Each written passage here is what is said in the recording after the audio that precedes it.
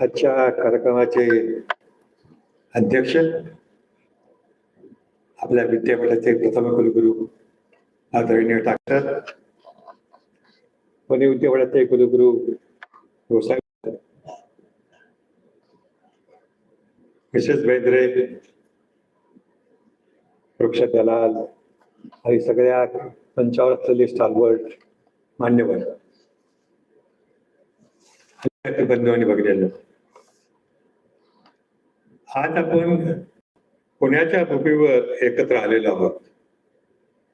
ही माझ्यासाठी केवळ आनंदाचीच बाब नाही, तर एक भावनिक क्षण आहे. जरी आपण भौगोलिकदृष्ट्या वेगवेगळ्या ठिकाणी असलो तरी आपल्या मनाचे धागे एकाच ठिकाणी जुळतात, आणि ते म्हणजे आपलं QEC नाथ महाराष्ट्र विद्यापीठ. आपल्याला बघल्यानंतर मला बऱ्याच गोष्टीचा मनात विचार आला. इथे बसलेल्या प्रत्येक चेहऱ्याच्या माग एक कथा आहे. ती कथा आहे संघर्षाची, जिद्दीची, स्वप्नांची आणि यशाची. आणि या प्रत्येक कथेत मात्र विद्यापीठाचा तेवढाच मोठा सहभाग आहे. मित्रांनो, आपलं विद्यापीठ आताच्या सुरुवातीच्या विद्यापीठ आणि आताच्या विद्यापीठ खूप मोठा फरक आहे. विद्यापीठ नॉर्मली त्याच्या इमारतींनी, अभ्यासक्रमांनी, रँकिंगने करतो, ते खरंच आहे. परंतु मला सगळ्यात महत्वाचं वाटतं, जी माणसं तयार करतात ते सगळ्यात मोठं वैशिष्ट्य असलं पाहिजे. आणि तुम्ही त्यात स्वतः अभ्यासातच आलात आमच्या विद्यापीठाचं ते आहे. आधी विद्यार्थ्यांमुळे विद्यापीठ मोठं होतं. इन्फ्रास्ट्रक्चर वगैरे सगळं चांगलं आहे, त्याकडे वादच नाही. तुम्हीच खऱ्या विद्यापीठाचे प्रतिनिधी आहात, अभ्यासक आहात. आत्ताच बऱ्याच लोकांनी उल्लेख केला म्हणून मी आपल्या विद्यापीठाची तुलना सागाच्या झाडाशी उत्तम करतो. सागाचं बी लावल्यानंतर लगेचच ते मोठं होत नाही. सुरुवातीची वर्षे संयमाची असतात. आपल्याला वर दिसते ते फार कमी, पण जमिनीखाली मुळांची जी वाढ होते ती जोमाने सुरू होते. आणि तीच मुळे जितकी खोल आणि मजबूत असतात तितकंच झाडे भविष्यात उंच आणि भक्कम उभं राहतात. आपल्या विद्यापीठाची तशीच सुरुवात झालेली होती. बऱ्याच लोकांनी उल्लेख केला, त्यावेळी अतिशय मर्यादित साधनं होती. तिथं बघायला गेलं तर सगळं डोंगरच होता, कमी सुविधा होत्या, अनेक आव्हानं होती. आता आपल्या विद्यापीठाची प्रतिमा खूप चांगली आहे. हे एक उदाहरण मुद्दामच ते. पण त्या काळामध्ये उत्तर महाराष्ट्र विद्यापीठ हे विद्यापीठ म्हणून पुढे येईल की काय अशी सारखी शंका घ्यायची. तर वाईट वाटतं का, त्यावेळी आपलं उत्तर महाराष्ट्र विद्यापीठ परीक्षा बाबतीमध्ये फार नावाजलेलं ते चांगल्या अर्थाने नव्हे. पण ज्यावेळी ठाकरे साहेबांनी घेतल्यानंतर ते पहिलं मोठं कॉन्ट्रीब्युशनचं कोटं असेल तर परीक्षा सिस्टम त्यांनी अतिशय one of the ideal exam system. याचं एकच उदाहरण सांगतो. आपल्या हायर एज्युकेशन जे डायरेक्टर मुद्दाम भेटायला आले होते मला, आणि आपली परीक्षा चालू होती. त्यांना म्हटलं त्याला आपण परीक्षेत कसं हे बघतात. अहो कशाला परीक्षा होती, मग तू या तरी बोलत. आपण गेलो की तो आपल्याकडे मी बघणार सुद्धा नाही म्हटलं. मी कुलगुरूच्या बरोबर गेलो तर कोणीही आमच्याकडे बघितलं नाही. ही गोष्ट त्यांनी टीव्हीच्या प्रोग्राममध्ये मुद्दाम सांगितली होती की परीक्षा कशा घ्याव्यात, कशा कंडक्ट कराव्यात, तर उत्तर महाराष्ट्र विद्यापीठ जाऊन बघा.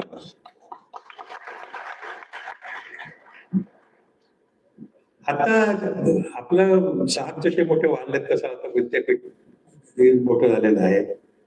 आणि याची सगळी शक्ती तुम्हामुळे आहे. आमचे विद्यार्थी जे आहेत ना, तुम्ही लोक, मी स्वतः चाकाच्या मुळासारखं मला वाटतात.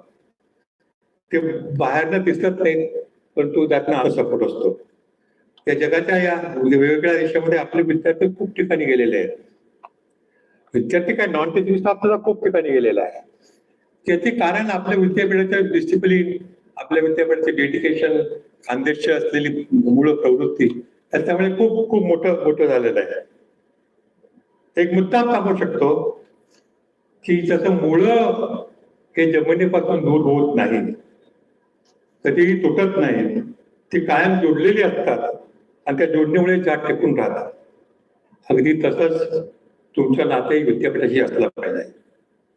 फक्त आठवणीमध्ये नाही, या आठवणीबरोबर चांगल्या खूप बऱ्या वाटतात. पण त्याहीपेक्षा मला वाटतं जास्त महत्वाचं काय असेल तर तुम्ही प्रत्येकाने विद्यापीठाच्या प्रत्येक ऍक्टिव्हिटी भाग घ्यायला हवा. तुम्ही विद्यार्थी म्हणून विचार करा, तुम्ही ज्यावेळी विद्यार्थी होता त्यावेळी तुमच्याकडे भरपूर प्रॉब्लेम होते. त्यावेळी तुम्हाला कोणी कदाचित पासपोर्ट नव्हतेच आपले त्यामुळे. परंतु लक्षात घ्या की आजच्या विद्यार्थ्यांकडे बघा, त्यांच्याकडे ऊर्जा आहे, स्वप्न आहेत, परंतु अनेक वेळा त्या दिशा नसते. इथं तुमची खरी भूमिका सुरू होते. तुमचा अनुभव, तुमचं मार्गदर्शन, तुमचा वेळ हे त्यासाठी अमूल्य आहे. तुम्ही त्यांना सांगू शकता की अपयश हे हा शेवट नाही. तुम्ही त्यांना दाखवू शकता की छोट्या गावात येऊन सुद्धा तुमच्या स्वप्न पूर्ण करू शकतात. तुम्ही त्यांना शिकवू शकता की प्रामाणिकपणा, मेहनत आणि सातत्य याला पर्याय नाही.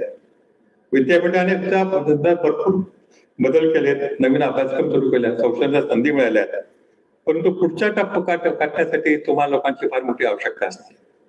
आपलं विद्यापीठ, मी दोघे पुणे विद्यापीठाचा आणि उत्तर महाराष्ट्र विद्यापीठाचा करतो.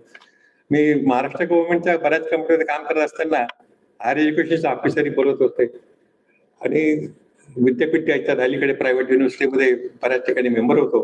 परंतु बोलता बोलता म्हणाले प्रमुख अधिकारी, मी बऱ्याच विद्यापीठात गेलो महाराष्ट्रामध्ये, परंतु मला सगळ्यात आवडतं विद्यापीठ कोण नसेल तर उत्तर महाराष्ट्र विद्यापीठ. त्यांना मी सगळ्यात आवडणार, मी तिथं कुलगुरू होतो. आता त्यांनी मला अपॉइंटमेंट भारतीय विद्यापीठ कुलगुरू म्हणून अपॉइंट द्यायचे. त्यांना माहितीच नव्हतं, नवीनच आलेले होते. एक मोठी मोठी गोष्ट आहे की नवीन विद्यापीठातून सुद्धा विद्यापीठाचं नाव घेतलं जातं. आपल्याला ही कल्पना असेल की न्याक आपण ते केलं महाराष्ट्रामध्ये, मुंबई पुणे, माफ करा गोसावी सर, पण पुणे विद्यापीठ केलं होतं. We were the first to do NAAC with 50 students world. तर का आम्हाला काहीच माहिती नव्हतं. आम्ही सगळ्या शिक्षकांना 50 शिक्षक मंडळी होती. प्रत्येक प्रश्नाचा चर्चा करून आम्ही ते SSR तयार केला होता आणि तो कित्येक वर्ष एक आयडियल SSR म्हणून ब्लॅक बंगलोरमध्ये दाखवला जातो. एनिवे, मी याविषयी जास्त काही बोलणार नाहीये, परंतु आपल्या कॉन्ट्रीब्युशनमुळे एखाद्या विद्यार्थ्याचं मोठा बदल करू शकतो. म्हणून मी तुम्हाला म्हणतो, तुम्ही फक्त तुम्ही वृक्षाची मुळं आहात नाहीत, तर भविष्यातील बीजेस सुद्धा आहात. तुमच्यामुळेच वाट पुढे चालू राहणार आहे. आजचा हा कार्यक्रम केवळ जुन्या आठवणींना उजेडा देण्यासाठी नाही असं मी मानत नाही, तर नवा संकुल करण्याचा हा एक क्षण आहे. पुन्हा विद्यापीठाशी आपण जोडलं जावं. आपल्या वेगवेगळ्या प्रकारचे कार्यक्रम घ्यायला आपण आता नवीन एज्युकेशन पॉलिसीमध्ये तर फारच महत्वाचं आहे. इंडस्ट्रियल एक्सपिरियन्स हा राहणारच आहे. आपण बरेच इंडस्ट्रीला आहात, तर आपला त्यात मोठा सहभाग असावा आणि विद्यापीठ मोठं करण्यासाठी आपलं योगदान असावं अशी इच्छा व्यक्त करून मी थांबतो. धन्यवाद.